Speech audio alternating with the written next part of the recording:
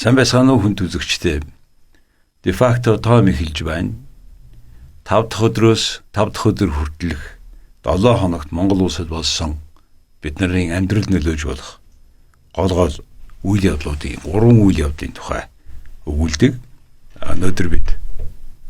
Өнөөдөр бид уул уурхай оюу толгойн хилэлцээр юу болсон? 2 дугаарт банк Монгол хятадын валютын swap гэрээг сэргээсэн, сунгасан. За 3 дахь засаглалын талаар татварын хууль батлагдсан, шинжилэгдэн батлагдсан. Ийм 3 асуудлыг ярих гэж төлөвлөх гэж байна та бүхэндээ. Энэ үйл явдлууд яагаад болсон? Яг тэр нь яаж бидний амьдралд нөлөөлөх юм ингэж ярих юм аа.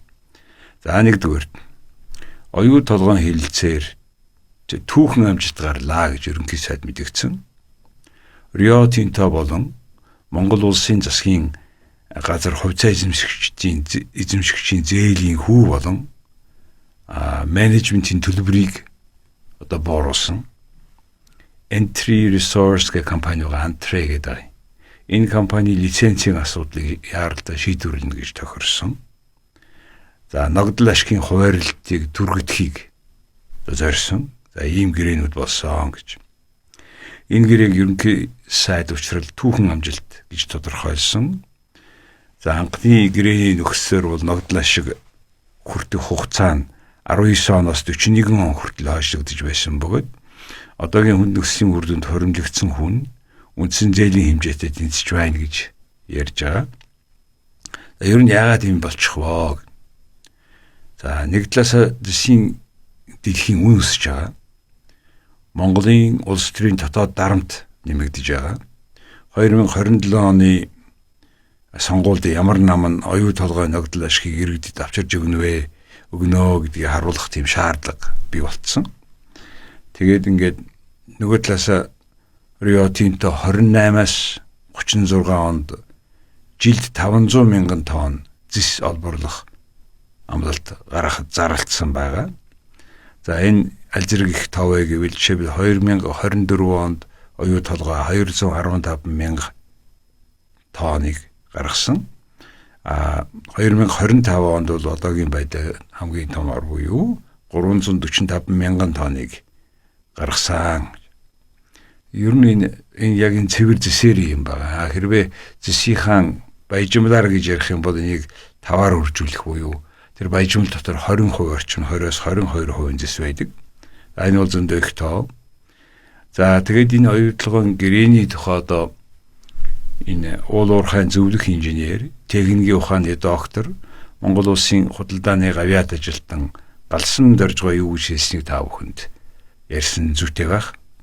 Ер нь яагаад энэ гэрээг ингээд сайжруулах шаардлагатай байдаг вэ гэдгийг бүгдээрээ ийм сэтгэл хөдлөлөө хойшоо тавьж байгаад яг бодиттой байдлыг юу вэ гэж яг энэ тухай судалсан. Тэгээ мөн энэ тухай аудитын оюутлогын аудитд орж ажиллаж исэн ажлын группийн ийм хүн байгаамаа. За нэгдүгээр тэнд хэлж байгаа шалтгаан болохоор яагаад одоо ингэ сайжруулах шаардлага гараад ирэх шалтгаан бол угаасаа энэ анхны гэрээг байгуулахдаа мэрэгжлийн хүмүүс эрдэмтдийн судлаачдыг оролцуулаагүй гэж энэ хүн хэлж байгаа юм. Тэгээд одоо уул уурхайн сайд нь ч биш. Сангийн сайд нь ахалж ажиллаад одоо энэ гэрээ байгуулсан. Тэгээ муу гэрээ болсон гэж хэлж. За хоёрдугаар 2006 онд ашигт малтмлын тухай хуульд зориуд нэмэлт өөрчлөлт оруулсан. Төрийн эзэмшлийн хувийн 34 байна. Тэгээд компани хувьцааг хөрөнгө оруулах замаар эзэмшихээр ийм сонин зохицуулт хийсэн гэж хэлж байгаа юм.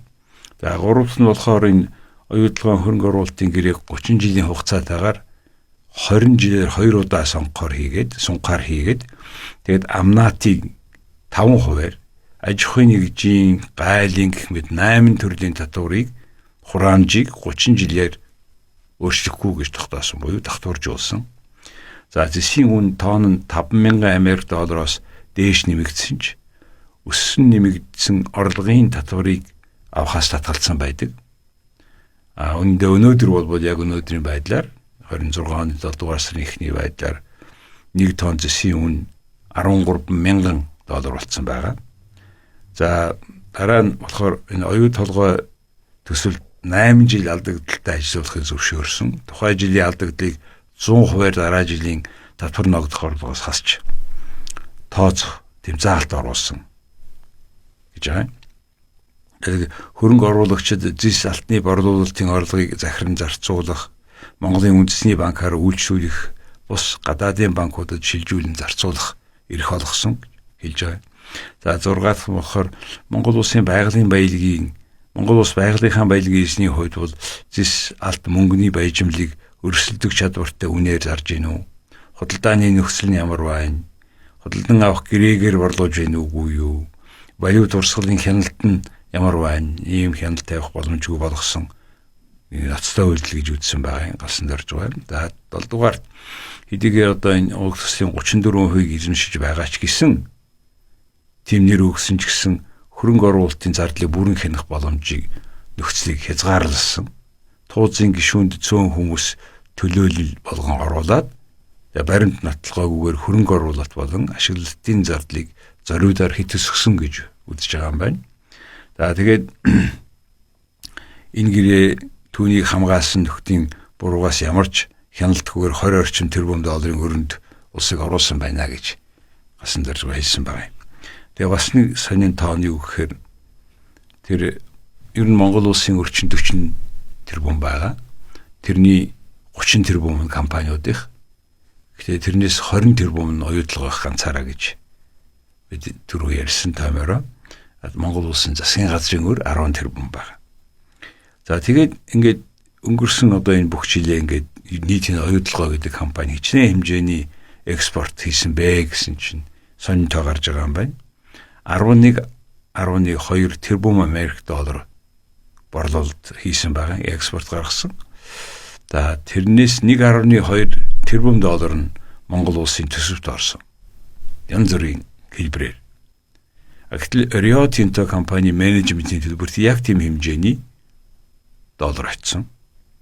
Тэгээ үлдсэн 10 тэрбум тэр доллар 1.2 орж байгаа тий 10 тэрбум нь за тэгээ босод нөгөө зардал хөрөнгө оруулагчийн менежмент хувьцааны зээл юу гэдэг нэрэндээ ороод явсан байна гэж.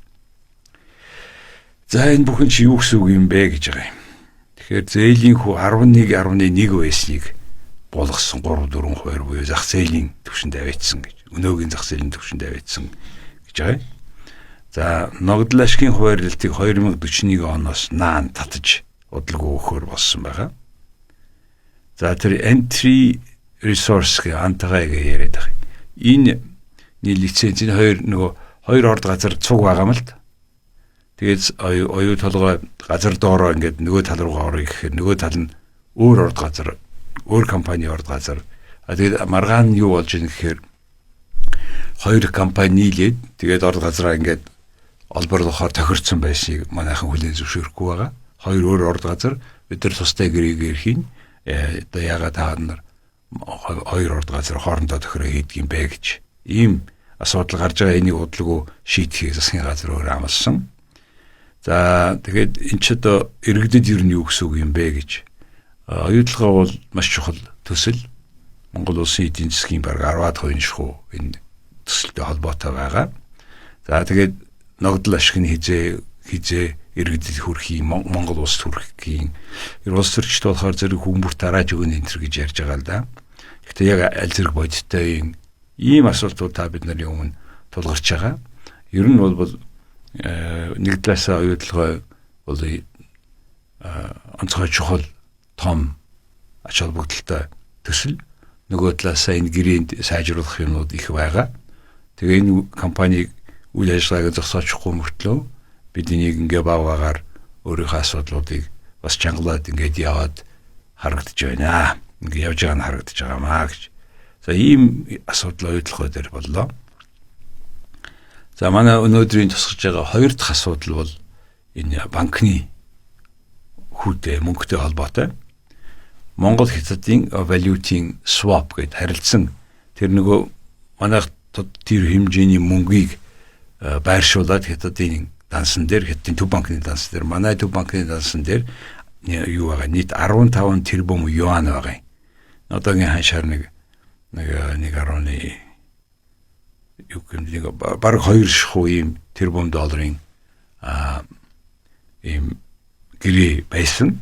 тэр хугацаанд дууссан байсан. Тэгээд Монгол банкны ерөнхийлөгч наран цогт сая BIC-ийн дээд түвшний хуралд Прагд болсон юм шиг байна. Энэ Хятад ард улсын ардын банкны дарга Пан Гуаншэнтэй уулз.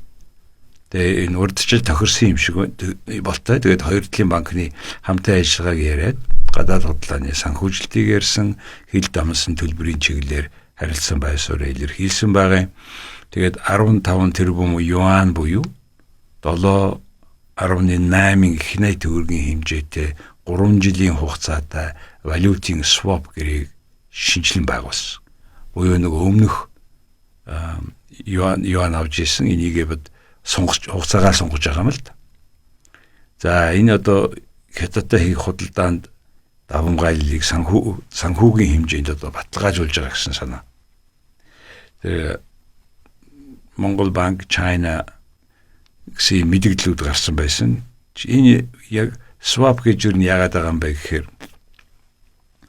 жишээлбэл хоёр орон адилхан том гэрээ худалдаа хийдэг хоёр орон бие биенийхэн мөнгийг салж авчаад тэгээд өөрийнхөө тэнд байгаа хүмүүсийг жишээлбэл Хятадд байгаа Монголтой холбоотой наймыг нь төгрөгөөр санхүүжүүлээд бид нар ингээд доллараар энэ юанаар санхүүжүүлээд явах учиртай.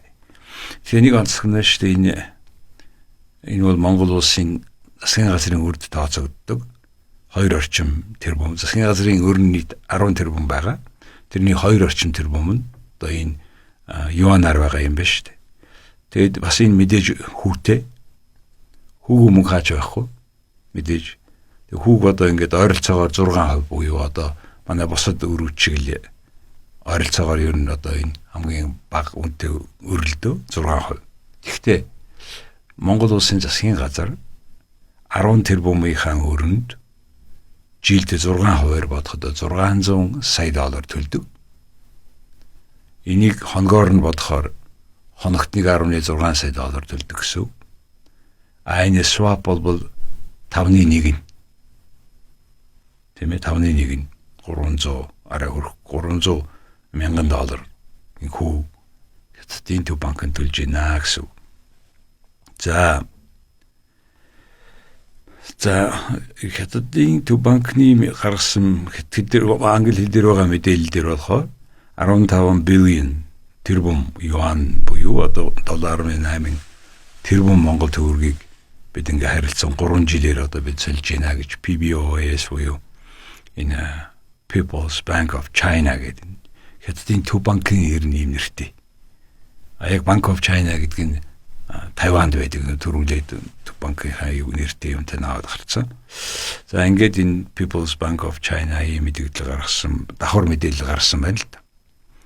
За тэгээд энийг юу гэж шилжиж нэгтэй зэрэг хоёр талын эдийн засгийн болон худалдааны солилцоог дэмжих зорилготой. За зах зээлийнхаа тогтвортой байдлыг хангах зорилттой. Ийм зорилтоор бид энэ Монгол улсаас swap хийж байна гэж мэдгдсэн байлээ. За тэгээд энийг яаж хийгдсэн бэ гэхээр 2023 оны гэрээнийх нь хугацаа дууссан, шинжилсэн, сая ярьснаар ер нь бол энэ шинжил энэ юм чи ерөнхий сайд учрал нөгөө зуны Давос буюу Далианд болсон тэр хурал дээр Хятадын ерөнхий сайд Ли Цянтай уулзсан. Дараа нь Монгол банкны ерөнхийлөгч BIS-ийн хурал дээр буюу энэ BIS Швейцарын Базелд байдаг банк, төв банкнуудын банк гэж бас ярьдаг. Эдний хурал дээр энэ дээр гар үсэг зурж сайхан 6 сарын 10-нд юм болжээ. За энэ ер нь юу гэсэн үг вэ бизнест гэж. Тэгэхээр яг 6%-аар жилийн 6%-тэй мөнгө олдож байгаа бол тэгээд тэрийг ингээд барьж байгаа бол хямдхан гэж үзэж байгаа. Албан ёсоор Монголд. Яг гэвэл бид гаднаас мөнгө авъя гэвэл энэс илүүгээр ав. Гэхдээ тэр авсан мөнгөөрөө юу хийж байгаа вэ гэдэг л одоо асуулт байхгүй юу? Тэр харьцангуй хүн хямдралтай зээлээр юу хийж байгаа юм бэ? Ер нь юм хийж гинэ үгүй юу? Тэгээд тэр доллар хийдэг юм хийж гинэ үгүй юу гэвэл энэ бол чухал асуулт болох юм аа. Тэгээд яг энд бол хинч тодорхой хариулт өгөхгүй байх. Тэгэл зээлтэл яваад байгаа юм. Тэгээд хоногт ийм их мөнгө төлөөд байгаа.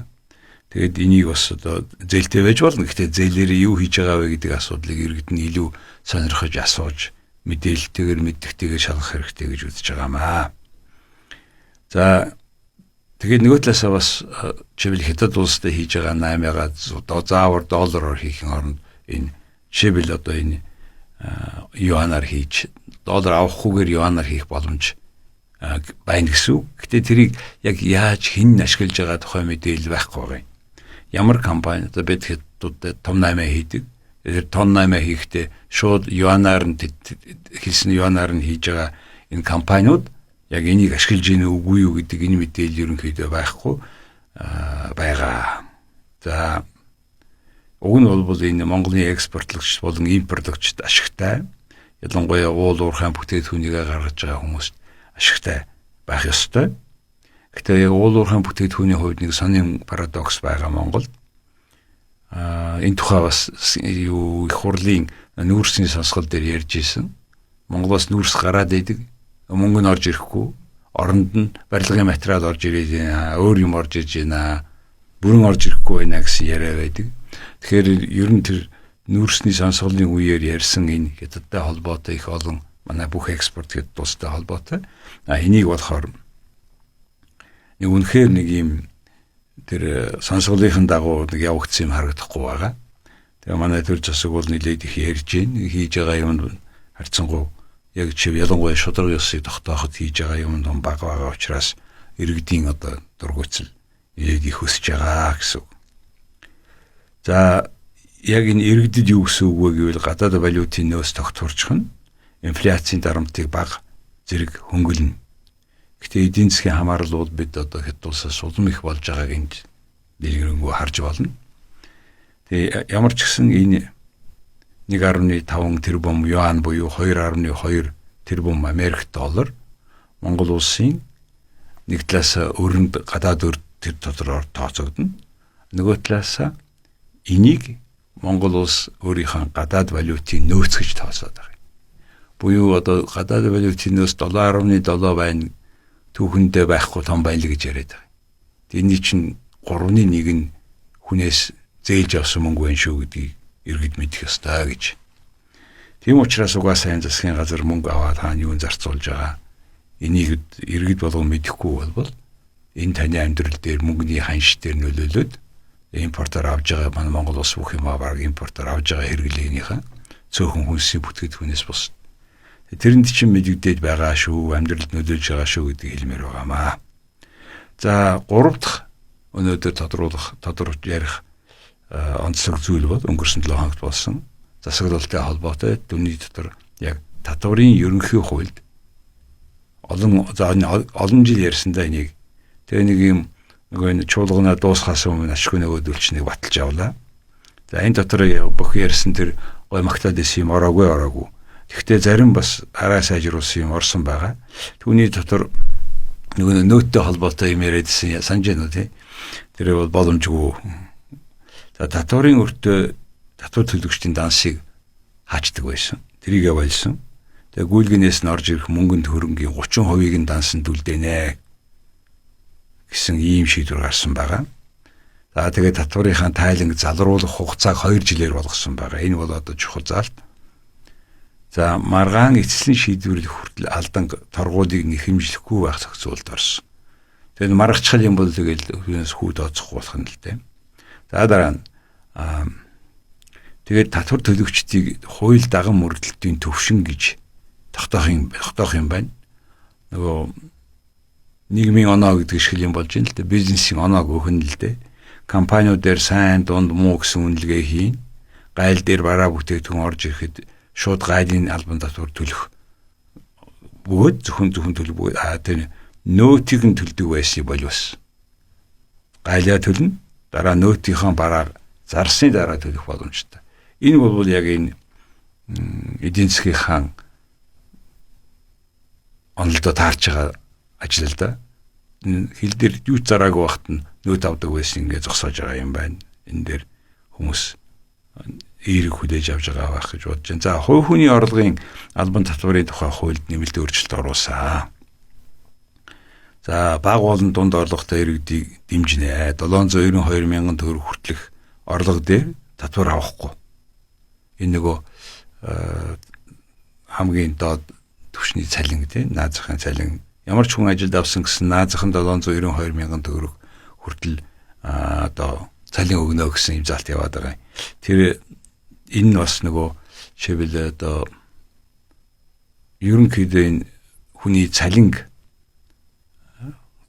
олон ажлын байр бий болгох тэр сонирхлыг нийлээд дарсан юм заалт байдаг. За тэрнээсээ татвар авахгүй байна. Тэрнээсээ бас ашгүй. За мөн 792 мянгаас 2 сая хүртэлх төгрөг хүртэлх орлого дээр 1% татвар авна. 2 сая төгрөгийн цалинтай хүн өнөөдөр хувь хүний орлогын албан татвар дээр 200 мянган төгрөг төлөх байсан бол шин шатлалаар 12 мянган төгрөг төлдөг болно. 12 мянган төгрөг. Тийм ээ 2 сая төгрөгийн цалинтай байвал 792 мянга хүртэлх хөнгөлт нь 27 оны татвар 28 оны 1-р сарын 1-ээс тэр нь 27 оны 1-р сарын 1-ээс 792 мянга хүртэлх хөнгөлтийг тэр 2 сая хүртэлх хэмжээнээс 1% байх татвар нь хойдон биш 28 оны 1-р сарын 1-ээс хэрэгжиж эхэлнэ гэдэг. Яг нөгөө эдгээр чинь сонгуультайгаа холбож үзэж байгаа л да. За жилийн 1 тэрбум төгрөгөөс бага борлуулалтын орлоготой иргэн борлуулалтын орлогын 1%-аар татвар төлнө. Хөдөлмөрийн хөлсний доод хэмжээ түрүүний ярьж байсан тийм бага орлоготой иргэдийн татварыг 100% хөнгөлж байна гэж. Иргэд татвар төлөхгүй гэсэн. Яг ийм цалинтай тийм бага орлоготой иргэд гэнэ. Мөн иргэн анхны өмжилсөн орон сууцаа борлуулсан тохиолдолд үл хөдлөх эд хөрөнгө борлуулсны татвараас 2% татвар төлдөг. Инээс бүрэн чөлөөлнө гэж анхных нь орон сууц. Ер нь бол ингээд орон сууцыг борлуулсны төлөө 2% авдгаас болоод маш их юм эдийн засгийн бүрэн үнэлгээ гарахгүй байгааг нууц биш мэдж байгаа бид нар. За гуравт нь аж ахуйн нэгжийн орлогын албан татварын тухай тэр ямар өөрчлөлт оруулсан бэ гэж. Тэгэхээр одоо хүчин төгөлдөр мөрдөгдөж байгаа хуулиар 0-6 тэрбум төгрөгийн орлоготой аж ахуйн нэгжүүд 15% татвар төлдөг. Тэрбум 6 тэрбум хүртэлх нь 15%. Тэгэхээр дундын шатлалыг нэмсэн бай. 6-аас 10 гэж оруулсан. Тэгээ 6-аас 10 тэрбум төгрөгийн орлоготой аж ахуйн нэгжид 15% болсон. Мөн жижиг бичил бизнесийн эрхлэгчдийг дэмжих зорилгоор 1.5 тэрбум төгрөг хүртэлх борлуулалтын орлоготой аж ахуйн нэгжүүд 1% татвар төлдөг болсон. За энэ дээр бол одоо монголчин 200 орчим аж ахуйн нэгжийн бүртгэлтэй байдаг. Тэрнээс одоо талан шахуу юм үйл ажиллагаа явуулдаг. Компаниэр ингээд байж л идэг. Энэ компанийг дампуурлын хуулийн тэргийг тодорхой болгоод энэ олон цаасан дээр байгаа компани өөр болохгүй бол бас их хэцүү. Ямар ч л гэсэн 1.5 тэрбум төгрөг хүртэл орлоготой бол 1% татвар төлнө гэж.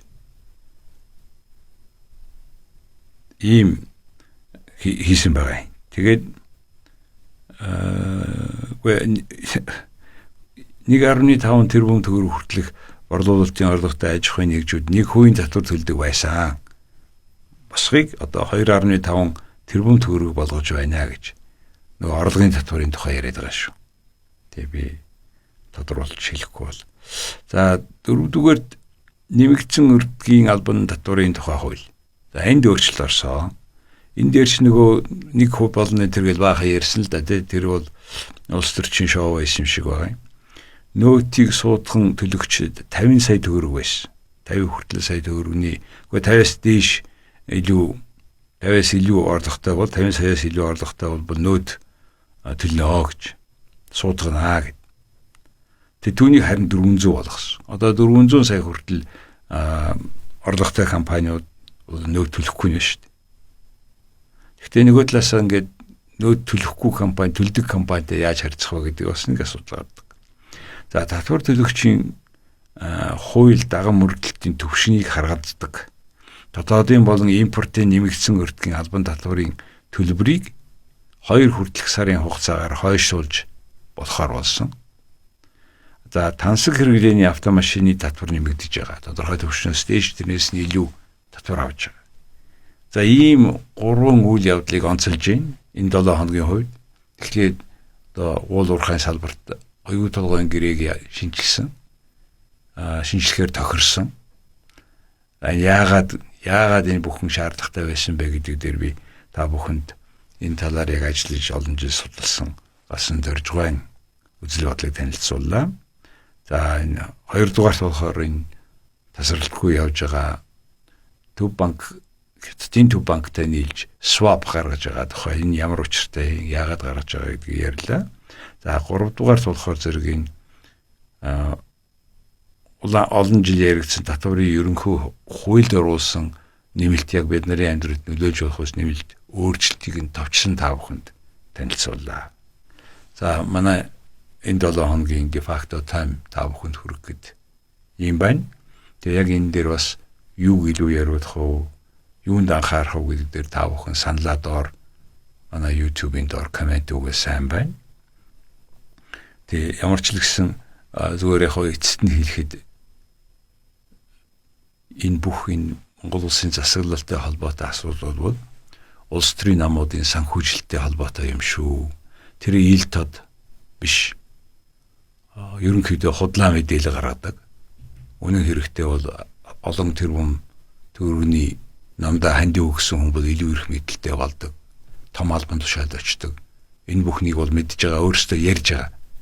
Хоорондоо маргахтаа.